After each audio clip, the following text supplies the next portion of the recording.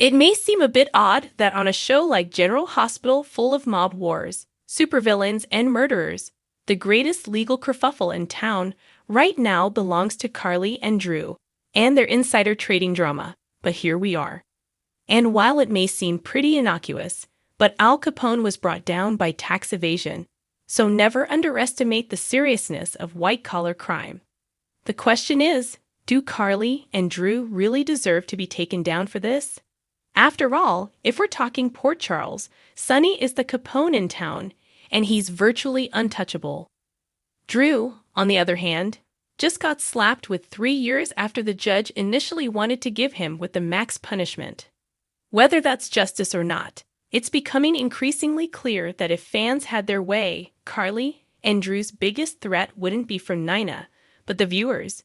That's something we couldn't help but notice when TMZ tweeted out a poll asking, "I'm curious, would you have turned in Drew and Carly for insider trading?"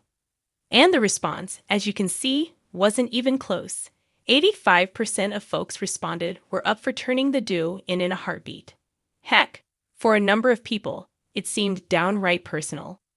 Damn right, Foxy Leo 28 replied to the poll, and would take all the credit.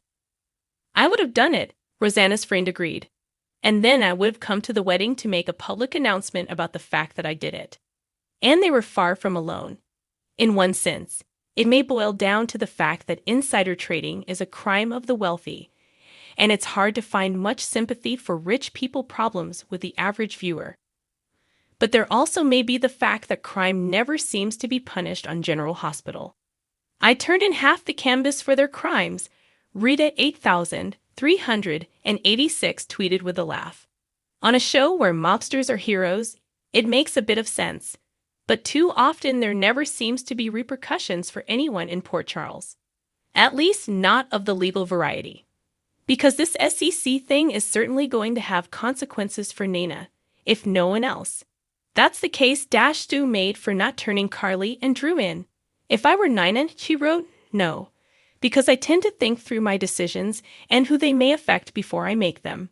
But that's the opposite tact that Binder took. "Yep," they wrote. And double yep if I were Nina. And I'd tell Sonny too. Time to pick Sonny. You want to keep cleaning up after Carly?